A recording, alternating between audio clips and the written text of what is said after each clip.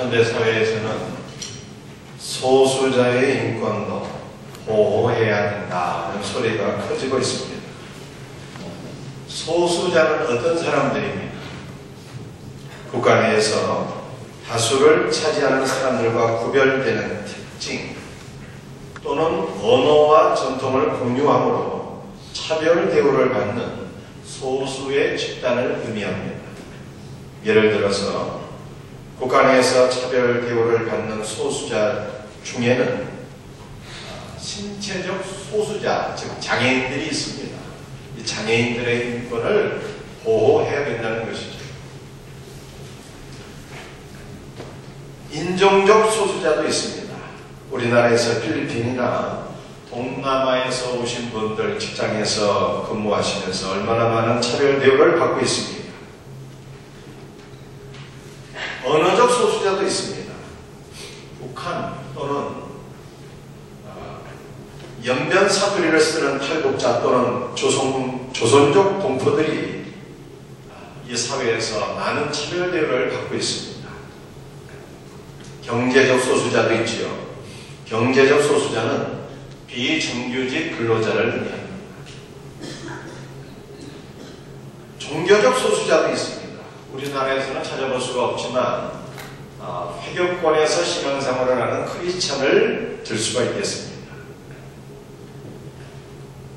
소수자는 사회적 약자입니다. 따라서 사회 내에서 다른 사람들과 비교하여 차별 대우를 받지 아니하도록 그 권리를 보호해 나가야 되는 것은 우리 사회가 추구해야 될 올바른 방향성이다 생각됩니다. 어떤 분들은 동성애자도 사회의 소수이기 때문에 그 권리를 보호해야 된다 주장하고 있어요. 분명히 오늘날 핫 이슈 중에 하나는 동성애입니다. 사회가 타락하다 보니까 동성애 문제가 심각해지는 것인지 아니면 동성애 문제는 예전부터 있었는데 사회가 개방되다 보니까 수면 밑에 있는 동성애 문제가 겉으로 드러나는 것인지 모르겠어요. 그러나 분명한 것은 동성애는 보호해야 될 사회적 소수가 아니라는 것입니다. 땅콩 회원 조현아 씨의 폭력성이 크게 문제가 되었습니다. 폭력성은 부모로부터 물려받는 기질입니다. 그런데 사회가 폭력성을 갖고 있는 소수자들의 권리를 존중해 주어야 합니까? 그렇지 않습니다. 폭력성은 존중받아야 될 권리가 아니라 치료의 대상입니다.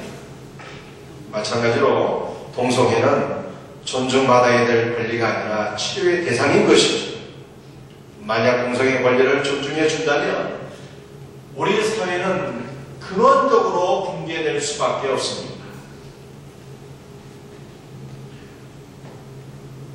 만약 여러분의 아들이 결혼할 대상을 데려왔는데 사내 아이를 데려왔습니다. 만약 여러분의 딸들이 결혼할 대상을 데려왔는데 여자아이를 데려온 거예요. 여러분의 마음이 어떠시겠습니까? 그래, 이 아이들도 사회적으로 보호받아야 될 대상자들이니 우리가 그 권리를 인정해 줘야지 이렇게 생각하시겠습니까? 동성애를 안일하게 생각해서는 안 돼요. 동성애는 억제되고 치료되어야 할 대상입니다. 이스라엘 사회의 다수파는 히브리파 유대인입니다. 이들은 이스라엘 땅에서 태어나고 성장한 이스라엘인입니다. 히브리어를 사용하고 히브리 고유의 문화적 특성을 보존하고 사는 유대인이었습니다. 반면에 이스라엘 사회의 소수파는 헬라파 유대인들입니다. 이스라엘은 주전 약 720년경에 아수르에서 멸망하고 남유다는 주전 약 600년경에 바벨론에 의해서 멸망을 당했습니다. 나라가 망하자 백성들은 포로로 끌려가거나 뿔뿔이 흩어지게 되었습니다. 세계 각지로 흩어져서 살게 된 유대인들이 바로 한라파 유대인들입니다. 이들의 후손은 외국에서 태어나서 성장하게 되었고 한라어를 사용하고 한라 문화의 영향을 받게 되었습니다. 한라파 유대인들은 후에 고향이 그리워서 또는 자녀 교육 문제 때문에 또는 기타 문제로 이스라엘로 다시 돌아오게 되었습니다. 옛날에 우리 조상들이 중국에 의해서 얼마나 많은 침략을 받았습니다. 그때마다 우리 조상들이 중국에 많이 포로로 끌려가게 되었어요. 중국에서 참 고생을 당하다가 간신히 고향 땅으로 돌아오게 되면 그분들이 환영을 받았습니까? 결코 환영받지 못했어요. 특별히 여자분들 환향녀, 고향으로 돌아온 여자라 해서 얼마나 몇십 천대를 받았어요. 한라파 유대인들 역시 히브리 사회에서 환영받지 못했습니다. 다수파인 히브리파 유대인들과 더불어 갈등 관계 속에 있었습니다. 그 갈등 관계가 교회 안에서도 나타났습니다. 초대교회 안에는 가난한 자들과 교회에서 돌봐주어야 할 대상들이 많았습니다. 따라서 교회는 매일 무상급식을 실행했습니다. 그런데 문제가 발생했어요. 매일 시행되는 무상급식에서 한라파 과부들이 누락된 것입니다. 초대교회는 가난한 자들을 위한 무상급식을 실행하기 위해서 많은 성도들이 헌금을 했어요. 다수파인 히브리파 유대인들뿐만 아니라 소수파인 한라파 유대인들도 많은 헌금을 했어요. 그 대표적인 경우가 바로 바나바인데, 바나바가 자기 사유재산을 팔아서 부재 헌금으로 하나님 앞에 헌신하지 않았습니까? 그런데 그 바나바가 바로 한라파 유대인이에요. 그는 보통 유대인이 아니라 키프로스 출신입니다. 한라파 유대인들의 입장에서 보면 헌금은 히브리파 유대인들 못지않게 했는데 혜택은 하나도 못 받게 된 것입니다. 무엇보다 문제가 된 것은 무상급식을 주관했던 12명의 사도들은 다 한라파 유대인, 히브리파 유대인들이었어요. 다수파 유대인이었다는 것입니다. 그래서 한라파 유대인들이 이 히브리파 사도들을 바라보면서 원망하게 되었습니다. 히브리파 사도들은 교회 안에서 소수파인 한라파 유대인들이 원망을 하게 되었을 때 그들의 원망을 진지하게 받아들이고 문제를 해결하기 위해서 노력했습니다. 사도들은 먼저 문제를 해결하기 위해서 문제의 원인이 무엇인가를 파악했습니다. 사도들이 하나님의 말씀도 전하고 또 무상급식소에서 밥도 퍼주고 여러 가지 많은 일들을 하다 보니까 문제가 생겼다는 것을 알게 되었습니다. 몸은 하나인데 목회 세대도 바쁜데 하나님의 말씀을 전하고 기도하기도 바쁜데 여러 가지 환경적인 일들까지 다 처리하다 보니까 예기치 않은 의도하지 않은 행정상의 미스가 발견하게 되었다는 것을 깨닫게 된 것입니다. 여러분들 한번 생각해 보세요. 그 은혜로운 사도들이 설마 교회 안에서 소수파인 그 한라파 유대인들, 그 돈 없고 힘없는 과부들을 미워해서 고의적으로 그들을 무상급식에서 제외시켰겠습니까? 결코 그렇지 않은 거죠. 몸은 안 하는데 말씀도 전하고 기도도 하고 막 여러 가지 일들을 하다 보니까 거기다가 막 무상급식까지 이걸 실행하면서 주관하다 보니까 행정상의 미스가 있었습니다. 이걸 사도들이 깨닫게 됐어요. 그래서 사도들이 이 문제를 해결하기 위해서 어떤 일을 하였을까요? 사도들은 말씀과 기도에 집중할 것을 결단했습니다. 그리고 교회는 재정을 맡아서 무상급식을 주관할 사람 7명을 선출하고 사도들이 안수하여 지도자로 세웠습니다. 초대교회는 교회 안에서의 구제사역, 무상급식을 주관할 7명의 지도자를 세웠는데 4가지 기준으로 지도자를 세웠습니다. 첫 번째 기준이 무엇인가 하면 성령 충만한 지도자를 세웠습니다. 성령 충만한 사람이 어떤 분일까요? 말씀과 기도에 헌신된 분입니다. 은혜가 충만한 성도입니다. 하나님과 깊고 풍성한 교제 가운데 있는 성도입니다. 에녹과 같이 주님과 날마다 동행하는 신자입니다. 일꾼의 자격이 무엇일까요? 공부만이고 똑똑하고 사회적으로 지위가 높고 그런 분들일까요? 일꾼의 자격은요, 믿음이 있어야 됩니다. 믿음이 있을 뿐만 아니라 성령 충만해야 되는 거예요. 날마다 말씀을 묵상하고 기도하는 분이어야 합니다. 사랑하는 성도들, 날마다 말씀을 묵상하고 기도하는 것이 쉬운 일이겠습니까? 어려운 일이겠습니까?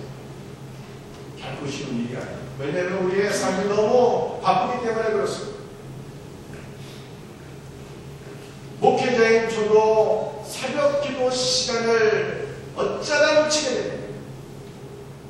그러나 한국 정권의 시간을 갖기가 굉장히 힘듭니다. 너무 바빠서.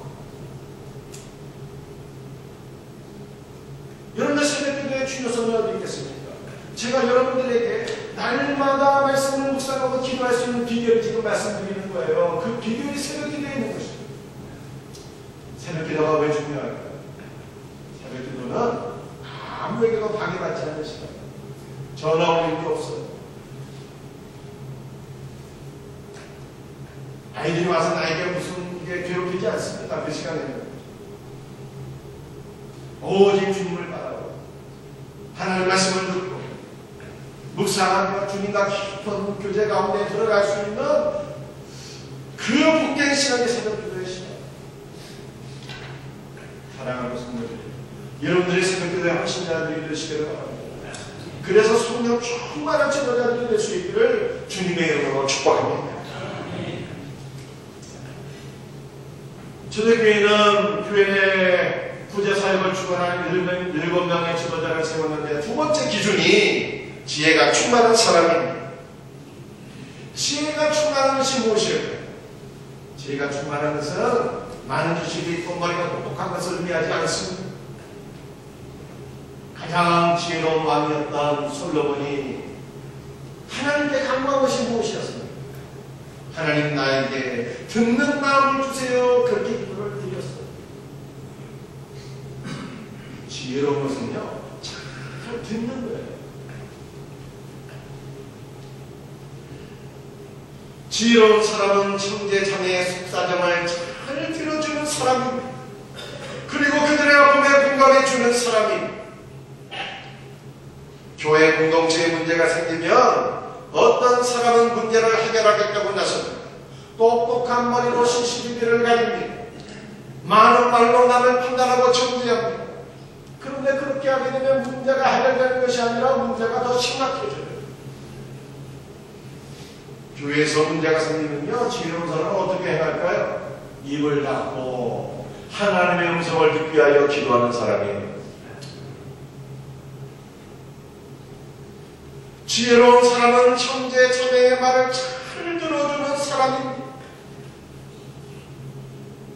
아픔이 있고 상처가 있는 형제 자매의 말을 잘 들어주고 공감만 해도 위로가 되는 거예요.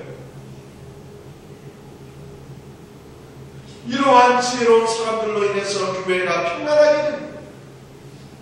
교회 안에 문제들이 해결됩니다. 초대교회는 이런 지혜로운 성도를 일꾼으로 선택했다 하는 것을 말씀하고 있습니다.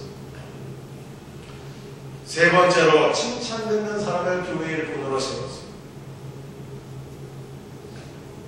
성도는 교회 안과 밖에서 인정을 받아야 합니다. 먼저 교회 안에서 담임 목사와 성도들의 인정을 받아야 합니다. 교회 안에서 인정받는 것은 사실은 어려운 일이 아닙니다. 겉으로 드러내는 것만 잘해도 사실은 인정받기가 쉽습니다. 주일을 성수하고 새벽기도 나오고 봉사하고 시부조 생활하고 겉으로 드러내는 것만 잘해도요 대부분 교회에서 대부분 인정받습니다. 그런데 문제는요 교회 밖에서 인정을 받는 것은 쉬운 일이 아닙니다. 예를 들어서 우리 성도들이 가정에서 인정받는 것은 어떻게 인정을 받을까요? 경제적인 능력이 있을 때 인정받습니까? 그건 옛날 말이죠. 여러분들 가정에서는 우리의 뭐가 다 드러나는 것입니까? 우리의 인격이, 우리의 친구가 다 드러나게 되잖아요. 가정 안에서 인정받는 것이 쉬운 일이 아닙니다. 배우자에게 인정받고 자녀들을 하나님의 사람으로 찬양하고 자녀들에게도 인정받고 존경받는 부모가 되는 것 그것이 쉬운 일 아닙니다. 무엇이 있어야 되는 것입니까? 신앙과 인격이 있어야 되는 거예요. 직장에서 인정받는 것은 어떻습니까? 우리 성도들이 직장에서도 동료와 후배와 상사들에게 인정을 받아야 됩니다. 어떻게 인정을 받을 수가 있습니까? 기본적으로 일을 잘할 뿐만 아니라 인격이 있어야 됩니다. 이번에 그 땅콩 회항 사건 조리 하나 있습니다. 얼마나 여러분가 사회적으로 지탄을 받고 있습니까? 뭐 때문에, 뭐가 문제에 대해서 그렇게 욕을 먹고 있는 거예요? 인격이 뒷받침되지 않으니까 문제가 되는 거예요.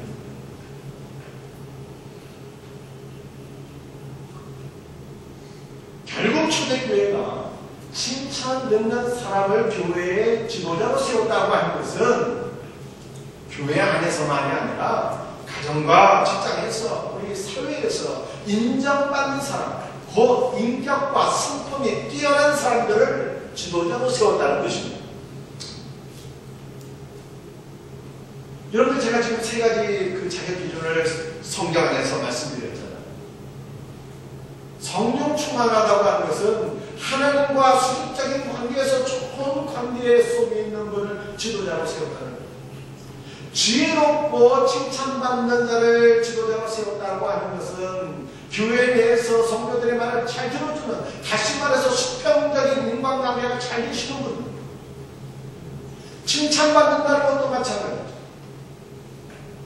교회 안에서만이 아니라 가정과 직장에서 사회 속에서 많은 사람들에게 좋은 관계를 맺으면서 그 좋은 인격과 성품을 가지신 분들, 수평적 관계가 형통하신 분들, 이런 분들을 지도자로 세웠다는 거예요. 네 번째 기준입니다. 교회는 구제사역을 맡아서 주관할 지도자를 세웠는데, 네 번째 기준은 놀랍게도 교회 안에 있는 소수파인 한라파 유대인들을 지도자로 세웠어요. 놀라운 것입니다. 12명의 사도들은 다 누구라고 했어요? 히브리파 사도들이에요. 히브리파. 그런데 새로 선출된 7명의 지도자는요, 다 소수인 한라파 유대인들이었어요. 그래서 초대교회는 히브리파 유대인들과 한라파 유대인들의 리더십에 있어서 조화와 균형을 이루게 되었습니다. 히브리파 사도들만 있던 초대교회, 한라파 지도자들이 세워진 것은 교회 내 소수들에게 큰 위로가 되었습니다. 히브리파 사도들은 히브리파 유대인들을 먼저 배려하다가 교회 안에 문제가 생기게 되었습니다. 그런데 소수파인 한라파 지도자들이 세워짐으로 그들이 한라파 유대인들을 대변하고 한라파 유대인들이 교회 내 모든 사역에서 소외되지 않게 된 것입니다. 흑백 갈등이 심각한 미국 사회에서 오바마가 미국 역사상 최초로 흑인 대통령이 됨으로써 유색인종들에게 얼마나 큰 위로와 소망이 되었습니까? 우리나라에서도 박근혜 씨가 역사상 최초의 여성 대통령이 되므로 상대적 약자인 여성들에게 큰 위로와 소망이 되었습니다. 한국 교회 역사를 보면 교회 내 소수자들이 지도자로 세워진 예들이 있습니다. 여러분들 우리나라에는 옛날에 양반과 또 평민과 이 천민계급이 있었잖아요. 천민계급의 그 대표적인 직업이 어떤 것입니까? 백정이에요, 백정. 한국 교회사를 읽어보게 되면요, 놀라운 일들이 있었습니다. 백정이 교회 장로가 됐어요. 그리고 그 백정의 아들이 최초의 양사가 되었습니다.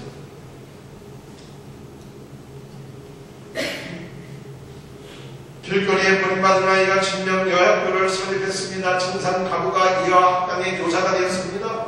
초대 한국교회 선교사들은 교회 내 소수자들을 인재로 양육하여 지도자로 세웠습니다. 이런 선교사들의 사역을 통해서 오늘날 평등한 사회가 되어 있습니다. 오늘 본문 말씀과 한국 초대교회 역사는 한국교회의 많은 시사점들을 던지고 있습니다. 특히 일꾼을 선출하는 우리 교회의 많은 것을 생각하게 합니다. 교회 내 소수자라고 무조건 일꾼으로 세울 수는 없죠. 다수파든 소수파든 필수 조건이 있습니다.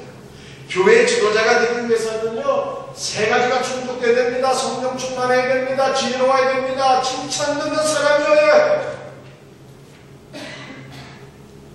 이 세 가지 조건이 충족된다면 다수파든 소수파든 일꾼이 될 수 있다는 것입니다.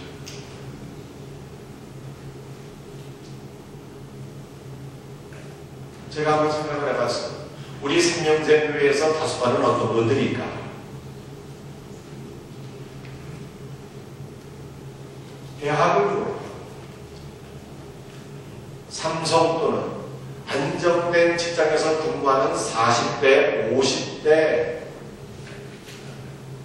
성도님들, 이런 분들 가운데서 성령 충만하고 지혜가 있고 칭찬을 받는 사람이라면 물론 마땅히 교회 지도자로 세워져야 됩니다. 그러나 교회 내 소수파에서 성령 충만하고 지혜롭고 칭찬 듣는 분이 있다면 지도자로 세워져야 합니다. 예를 들어 대학을 못 나오고 중고등학교만 졸업했어도 경제적으로는 비정규직이고 가난할지라도 나이가 30대나 혹은 60대일지라도 지도자로 세워져야 되는 것이죠. 그래서 교회 지도자는 교회 내 모든 계층의 소리를 대변할 수 있어야 돼요. 교회에서는 나이가 어리거나 많으신 분들의 소리, 경제적으로 부유하거나 어려운 분들의 소리도 다 반영이 되어야 합니다. 그러므로 교회에서는 어느 한 번이라도 소외받아서는 안 되는 것입니다. 이것이 성경 안에 나타난 초대교회의 모습이에요. 저는 우리 성령성교회가 이와 같은 교회가 될 수 있기를 바랍니다.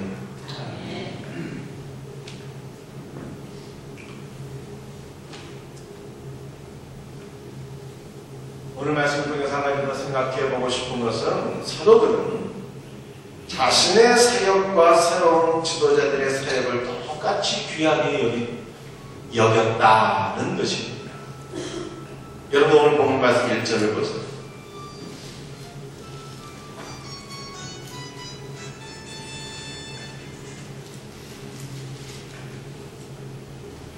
1절 말씀에 이런 얘기입니다. 그때 제자가 더 많아졌는데 헬라파 유대인들이 자기의 과부들이 매일의 구제에 빠짐으로 이렇게 나와 있습니다. 그 매일의 구제라는 말이 무슨 뜻인가 하면요, 매일 시행되는 무상급식을 의미하는 거예요. 그런데 그 구제를 말씀드리죠. 헬라어로는 디아코니아, 영어 성경을 보니까 ministration이라고 표현하고 있어요.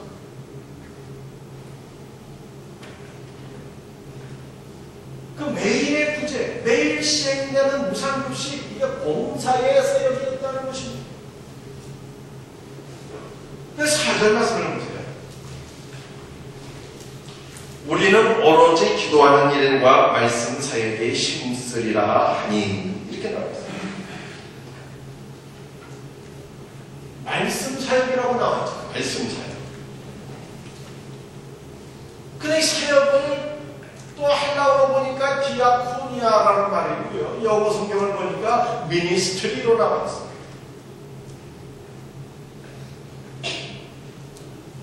그 매일의 구제, 그리고 말씀 사역도 다 봉사를 하고 다 사역, 섬기는 것을 의미하는 것입니다.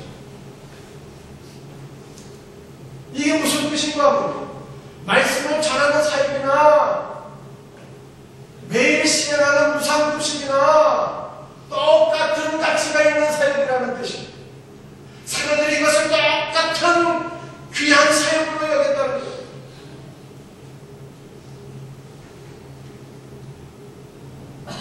여러분의 가정에 질서가 있습니다. 그러나 인격은 동등한 것 아니겠습니까? 마찬가지로 교회도 질서는 있습니다. 그러나 모든 직분이 하나님 앞에서 다 동등한 거예요. 말씀을 맡은 직분과 주방에서 밥을 퍼주는 직분이 하나님 앞에서 동등하게 귀한 것임을 믿으시기를 바랍니다. 담임 목사의 직분과 안수집사의 직분, 그리고 시부 관세의 직분이 하나님 앞에서 동등하게 귀한 것임을 믿으시기를 바랍니다.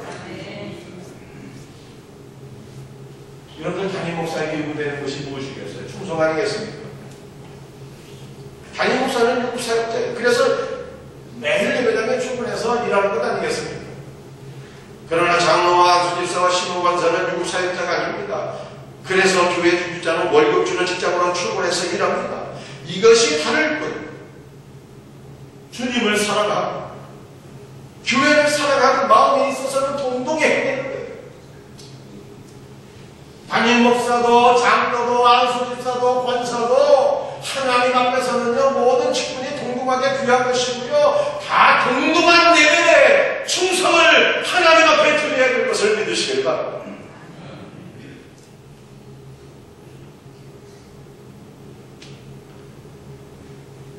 여러분들 우리가 이 말씀을 통해서 생각해야 될 것은 섬김을 하는 자, 섬기는 자와 섬김을 받는 자가 하나님 앞에서 동등하다. 여러분 4절에 제가 말씀드렸잖아요. 이 말씀 사역. 그래서 사역자라고 하는 말씀이죠. 굉장한 사람으로 생각하게 돼요. 이 사역자라는 것이 무슨 대단한 직분으로 우리가 착각하기가 쉽습니다. 그러나 사역한다는 것이요. 미니스트리, 봉사한다, 섬긴다, 일한다 그런 뜻이에요.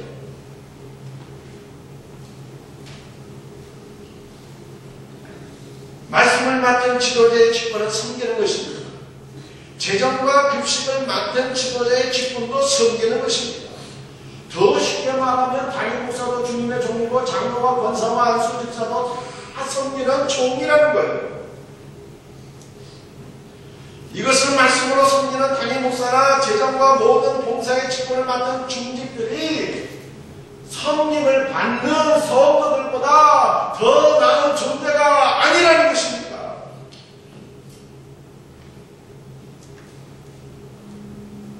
지도자들은 섬기는 존재이고 성도들은 섬김을 받는 존재입니다. 오히려 성도들이 더 나은 존재라고 우리가 생각을 해야 된다는 것입니다. 제가 우리 캄보디아 성경팀 모일 때 이런 말을 했어요. 캄보디아 당대 성경팀은 자신이 더 억울한 존재, 캄보디아에 있는 영혼들은 열등한 존재라고 생각하면 100% 실패하는 것입니다. 하나님 보실 때는 당대 성교팀이나 캄보디아 영혼들이 똑같이 귀한 존재들이죠. 앞에서 일꾼으로 선출되신 분들도 마찬가지입니다.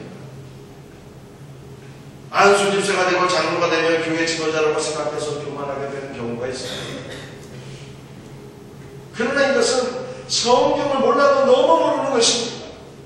교회 지도자는 사역자, 그 섬기는 종이라는 것입니다. 교회 지도자는 성품이 중요하다고 말씀드렸습니다. 겸손한 성품이 있어야 돼요. 하나님 앞에서 자신의 무가치함을 깨닫는 자가 되어야 합니다.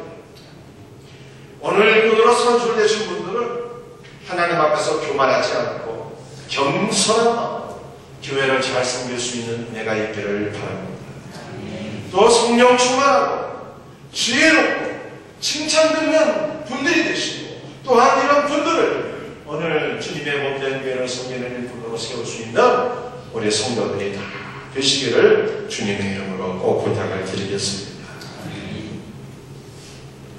우리 함께 일어나셔서 우리 함께 찬송하시겠습니다.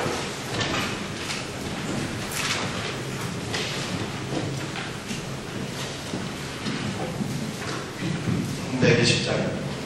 120장.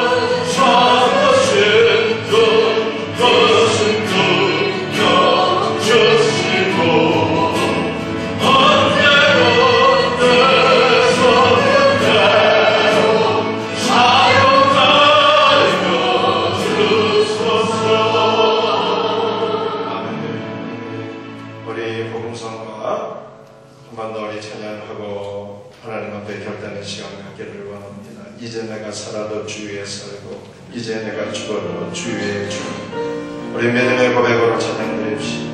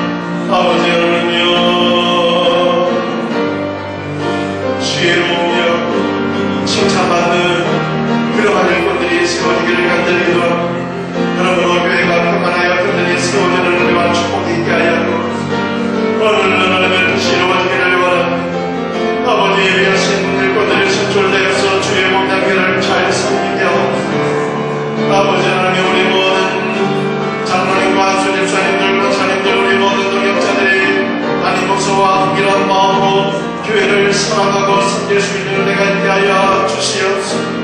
주여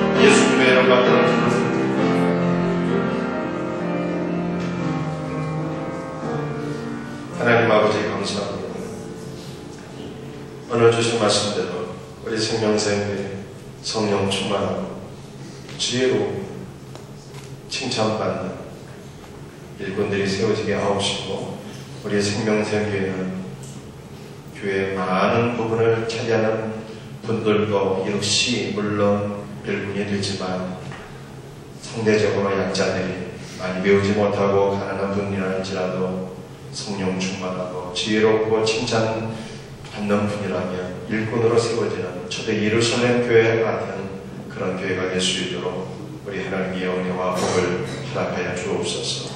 오늘 하나님의 뜻이 임하는 복된 시간이 되기를 소원합니다. 하나님 예비하신 일꾼들이 세워져서 주님의 몸된 교회가 평안한 가운데 든든히 세워지게 하옵소서. 오늘 주 앞에 우리 귀하님을 드립니다.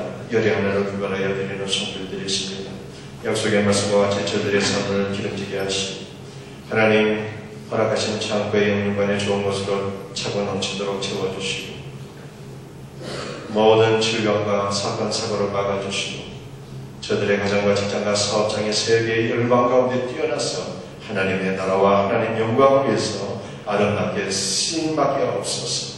감사드리는 자들에게 감사의 조건이 넘쳐나게 하시고 선교와 구제의 힘을 드리오니 끝까지 주의 사랑과 복음이 증거되어 많은 영혼을 예수 믿고 구원받게 하시고 주재원과 세례안식과 장학사업과 월드비전과 헌당을 위해서 헌신하오니 모든 것 통해서 주님 홀로 영광 받으시고 주님 나라 세워지게 하옵소서. 예수님 이름 받들어 기도드립니다. 아멘.